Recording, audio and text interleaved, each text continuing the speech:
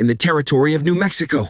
In the year 1882, the town marshal and his deputies rode out on horseback. The marshal soon faced a man known as Randall, ordering him to surrender 2 of his men accused of murder. Randall refused outright. When the marshal commanded his deputies to make the arrest, Randall answered instantly, pulling his gun and killing the marshal and his men where they stood. Far from that violence, 2 longtime partners, Virgil Cole and Everett Hitch, were traveling across the western frontier. They worked as hired lawmen, restoring order to towns swallowed by chaos. Virgil, a deadly and fearless gunfighter, was known for his steady hand and cold precision under fire. Everett, once a graduate of West Point, had served in the army before abandoning it in search of freedom and purpose.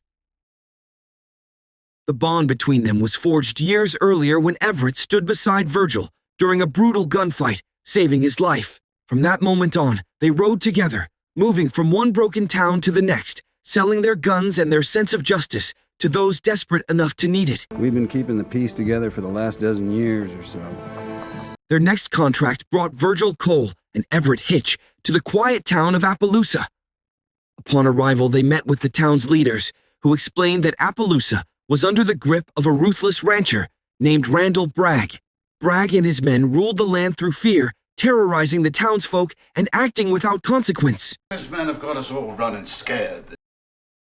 The leaders explained that the sheriff and 2 deputies had once attempted to arrest 2 of Bragg's cowhands for murder, but Bragg himself stepped in and killed all 3 lawmen. Since that day, no one had dared challenge his authority. We want our town back, and we are ready to pay your price. Desperate, the town leaders begged Virgil and Everett to take the job and restore order. Virgil agreed, but only under one condition. The town would obey his laws completely and accept his authority without question. The leaders hesitated, arguing that this meant surrendering control of the town. It should be running the town. It does. We can't have that. Before the debate could continue, a woman named Tilda rushed in, reporting that Randall's men were tearing apart a saloon and the situation was escalating fast. With no other option, the leaders finally agreed to Virgil's terms and signed his written contract. Sign the damn thing, Abner, so these men can do what they came here to do. Virgil and Everett headed straight for the saloon, where they found Randall's men drunk, loud, and wrecking the place. The 2 lawmen confronted them, warning that they would either stop immediately or be thrown in jail. The outlaws laughed it off, saying they didn't recognize Virgil as marshal. Virgil gave them one final warning. If they reached for their guns, he would shoot. When they ignored him, he didn't hesitate. Virgil and Everett drew at the same time and fired. The men dropped where they stood, dead before they could react. Give me your gun. The following day, Randall Bragg rode into town with his full gang behind him. One of the town leaders spotted them approaching and rushed to warn Virgil and Everett at the saloon. Moments later, Randall and his men walked inside and introduced themselves. Virgil answered calmly, telling Randall that he was now the marshal and that he believed Randall was responsible for killing the previous lawman. Randall tried to talk his way out, circling the truth with smooth words. Virgil shut him down. He said the rules had changed. Randall's men would obey the law, or they would end up locked up or buried. The meeting ended without another word. No man would carry a weapon inside the town. Carry guns inside town limits, so next time I'm going to have to disarm you, lock you up for a bit. Not long after, a woman named Allison French arrived in Appaloosa. Everett noticed her first as she stepped off the train, moving with calm confidence. Curious, he followed her at a distance until she entered a cafe where Virgil happened to be eating. Allison politely asked if they could suggest a clean, affordable hotel. Virgil told her she could stay at the same place he and Everett were using, assuring her it was safe and comfortable. He then asked Everett to help her get settled. Everett here will escort you down to the hotel, help you get settled. Be my pleasure. When Everett returned later, he told Virgil that Allison had asked questions about him. That immediately caught Virgil's attention. Everett explained that she had asked whether Virgil was married, and he'd answered honestly that he didn't know. Virgil bristled at the reply, but Everett reminded him she would likely ask him herself. Everett also mentioned that she preferred to be called Allie. Virgil admitted that he was interested in her. Both men found her appealing, but Everett saw how serious Virgil felt and quietly stepped aside. I'm exclusively interesting. What do you think about the man on the ranch? Later, Virgil and Everett noticed several riders watching the town from a nearby ridge. Sensing trouble, they rode out to confront them. When they reached the hilltop, the tension was immediate. The riders claimed Virgil had no authority there and insisted they were breaking no laws. Virgil didn't back down. He told them that Appaloosa and the land around it now answered to him. To make the message clear, Virgil struck one of the men across the face with his pistol, sending him sprawling. The warning was unmistakable. Bragg's grip on the town was over. Mr. Bragg can commiserate each other. Wanting to help Allie settle in, Virgil arranged for her to work at the local hotel, playing piano in exchange for room and board. That evening, her music filled the room while Virgil and Everett sat nearby, quietly discussing Bragg and his men over drinks. When she finished playing, Allie joined them and struck up a conversation.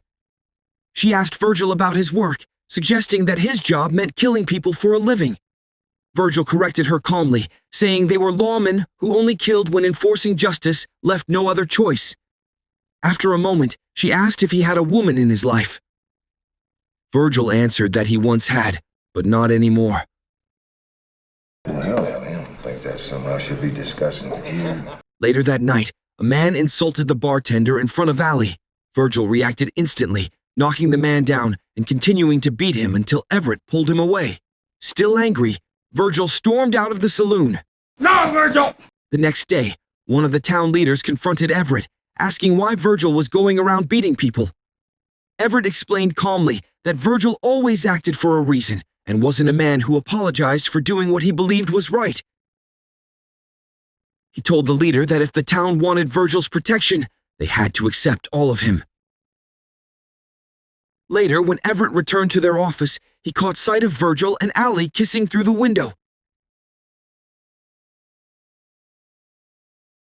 Some time passed. At breakfast one morning, Virgil joined Everett in an unusually cheerful mood, hinting that things with Allie had become serious. Moments later, Allie joined them and happily announced that she and Virgil planned to buy a house in town and live together. Everett was surprised, but congratulated them politely. Their meal was interrupted when a young ranch hand named Joe Whitfield arrived, claiming he had seen Randall Bragg kill the sheriff and deputies. Virgil and Everett questioned him carefully, making sure he was willing to testify in court. Once convinced, they prepared to arrest Bragg. I do. They rode to Bragg's ranch and found him outside, caught off a guard at an outdoor privy. Virgil and Everett held him at gunpoint and placed him under arrest. One of Bragg's men fired a warning shot into the air, alerting the others. When the gang arrived, they found Bragg already captured. Bragg ordered his men to stand down and let the lawmen take him. Lower your guns! As they marched him through town, Bragg's men watched silently, honoring his command.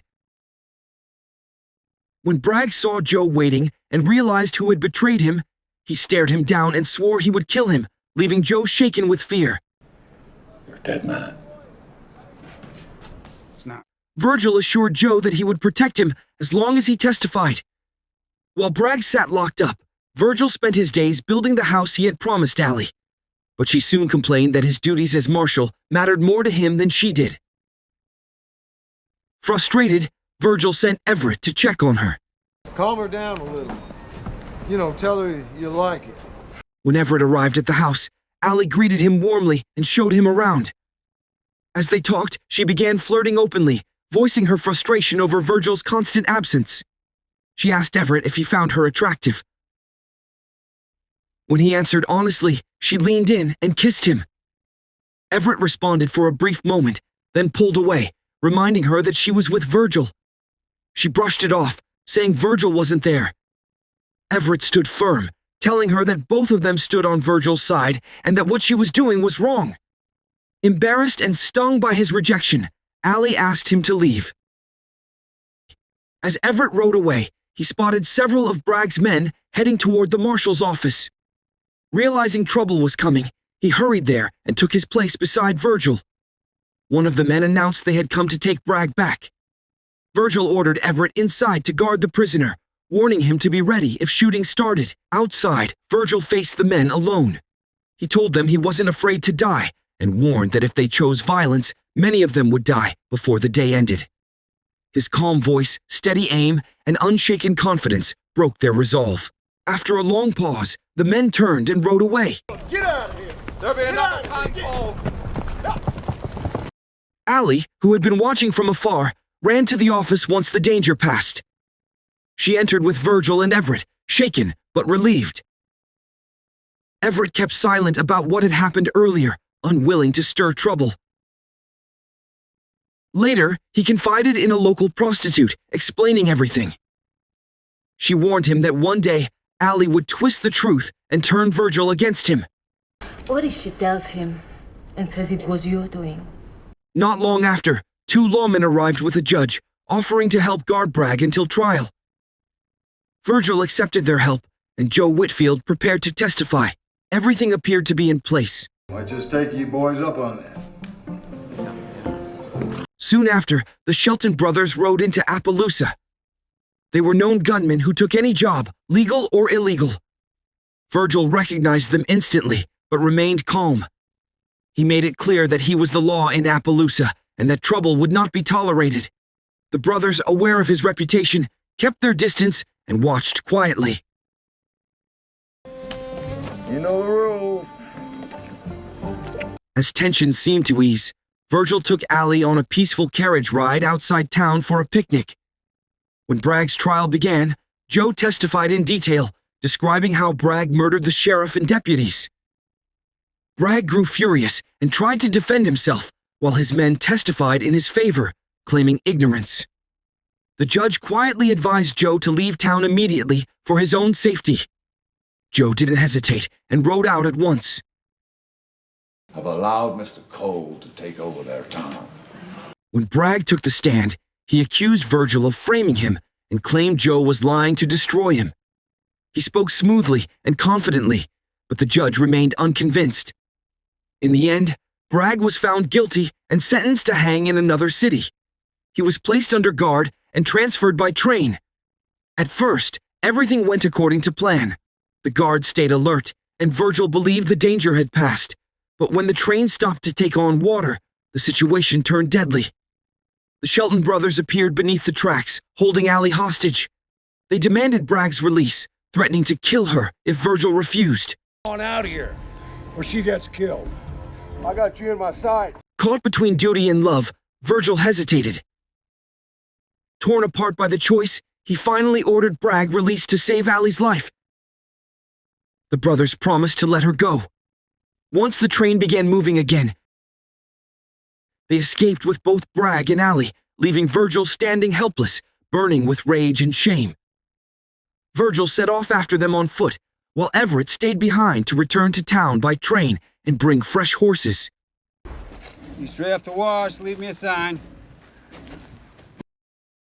After a long, punishing day, the 2 men reunited and began tracking the fugitives across unforgiving terrain. Everett asked how Virgil was holding up. Virgil replied that he was fine and reminded him that showing weakness was a good way to get killed. You got feelings about Allie, don't you? At dawn, they spotted the group camped beside a river. At the same time, a band of native warriors approached, clearly preparing an ambush. Virgil and Everett rushed forward, trying to reach Allie before blood was spilled. To their disbelief, they found her bathing in the river, laughing with one of the Shelton brothers. 44. The sight cut deep into Virgil's pride, but there was no time to react. The warriors were closing in. Moments later, the attack began when one of them tried to drag Allie away. Virgil and Everett opened fire, killing a horse and driving the attackers back.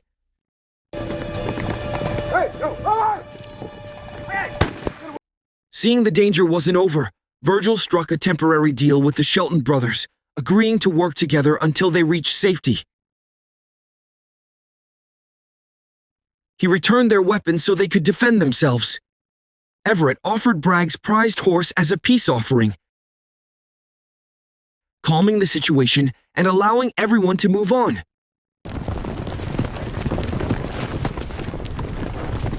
That night by the fire, one of the brothers admitted they were only helping Bragg because he owed them money. Virgil warned them that Bragg was now his prisoner and that he would deal with him once they returned to town. When we get to Rio Seco, we'll take care of the business between us. Later, Allie sat trembling between Virgil and Everett. She apologized, saying she had been scared and that what happened with Ring Shelton was a mistake born of loneliness. Virgil listened, then asked Everett if he thought she would betray him again. Everett answered honestly, saying she was the kind of woman who always needed someone stronger to lean on. Don't listen to him. He tried to put his hands on me. Angered by Everett's words, Allie suddenly accused him of touching her. Virgil remained calm and refused to believe her, choosing to stand by Everett instead. They later arrived in a small, quiet town where Virgil and the Shelton brothers prepared for the confrontation they knew was coming. Before the fight, Virgil spoke openly to Everett, his voice low but steady, about how he felt toward Allie. He admitted that despite everything, he truly enjoyed her presence and was drawn to her warmth and charm. With a heavy heart, Virgil confessed that she was not meant for a settled home or a peaceful life. Everett listened carefully and shared his own view. He said Allie wasn't cruel or heartless, only naturally drawn to strength and authority. Her affection drifted toward whoever held power at the time. Virgil admitted that none of that changed his feelings. He still loved her and planned to stay with her regardless. Get past this ring business. Might not be the last time for that. A short time later, Allie appeared, shaken and fearful.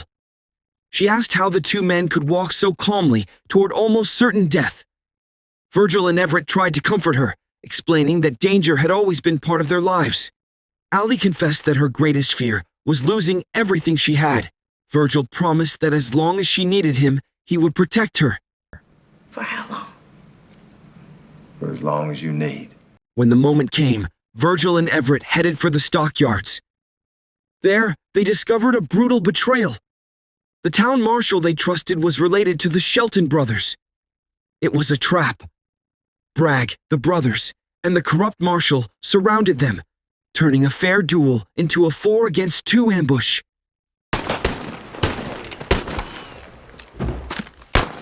Gunfire shattered the silence.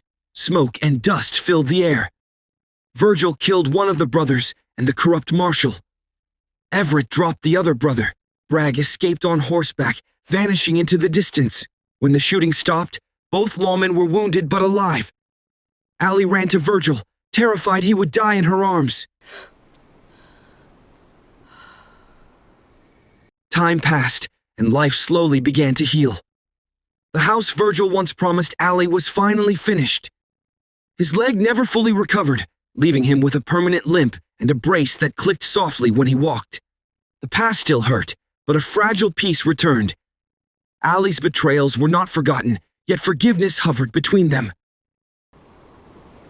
That's what I was trying to say. One evening, Everett asked the woman he was seeing whether she believed Allie truly loved Virgil.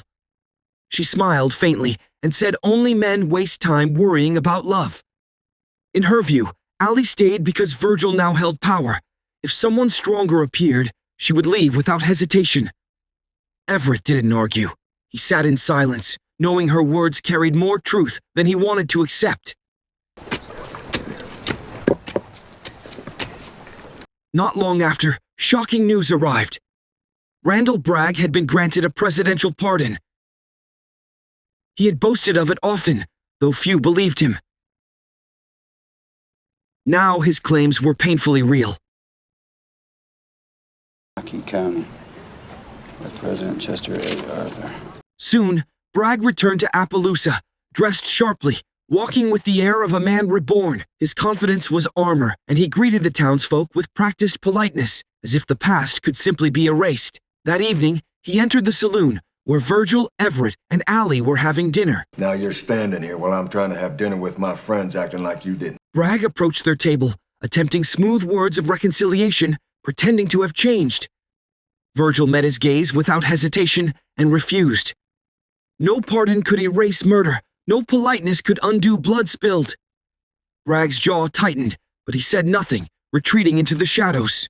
After Bragg left, Allie asked why he had returned. Virgil's reply was simple: pride, nothing more. Pride. Virgil later visited the judge who had overseen Bragg's case. The man confirmed there was nothing left to do. The pardon was official, the trial inconclusive, evidence too weak. Virgil returned to Everett, who listened quietly, unconcerned with law or precedent. If justice failed, Everett had no hesitation in taking matters into his own hands. Virgil, however, reminded him that the law gave meaning to his badge. Without it, his authority and the power to enforce order were meaningless. In the following days, Bragg opened a lavish hotel, speaking of reform and respectability. The townsfolk remained skeptical, suspecting his wealth still came from corrupt dealings. Everett visited him one afternoon. Bragg greeted him warmly, offered a drink, and spoke of collaboration, claiming he had moved beyond old ways. Everett stayed silent. Bragg warned that refusal to stand with him might leave them jobless. Everett realized Virgil's time as marshal was nearing its end. That evening, the two friends spoke quietly. Everett admitted he no longer had a place in Appaloosa. Virgil confessed he wanted to stay, for Allie. Everett worried she might abandon him once power shifted. Virgil already knew, yet he intended to remain by her side.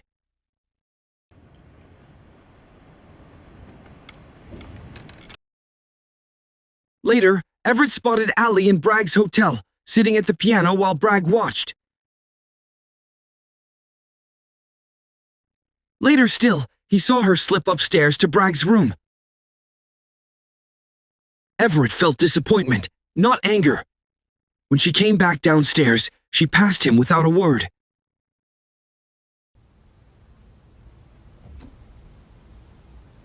The next day, Everett visited the prostitute he had been seeing, leaving her a small necklace as farewell.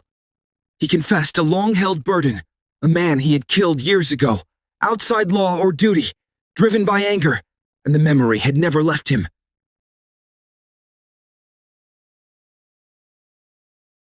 He announced he was leaving town, unsure if he would ever return.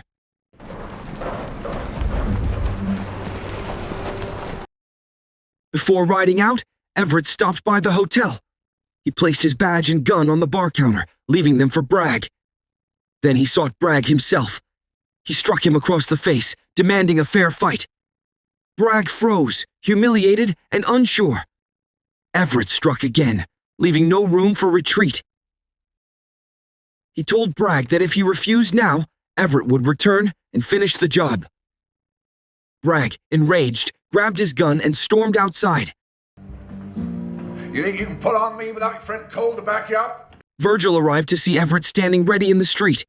He stepped forward, attempting to intervene, but Everett asked him to step aside. It was a rare request, a favor from a friend never before asked. Virgil understood and silently obeyed. The duel ended almost immediately. Bragg reached for his weapon, but Everett was faster. One shot rang out, and Bragg collapsed into the dust. Everett reloaded, mounted his horse, and rode away without looking back.